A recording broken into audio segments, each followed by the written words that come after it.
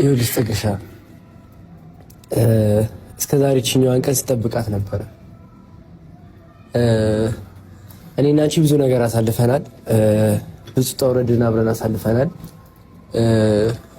ግን ደግሞ 13 ዓመት በላይ አብረን ነበር እና በዚህ ያህል ጊዜዎች ላይ ብዙ ነገሮችን አብረን አሳልፈናል። ብዙ ውጣ ውረድን አብረን አሳልፈናል እና የአንቺንም ስሜት አይቼ የቤተሰቦቼን፣ የጓደኞቼን፣ የተመልካቾቼን ፊሊንግ በሙሉ አይቼ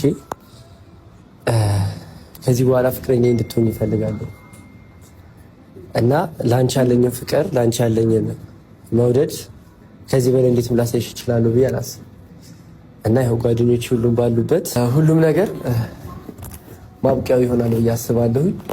ስለዚህ ዛሬ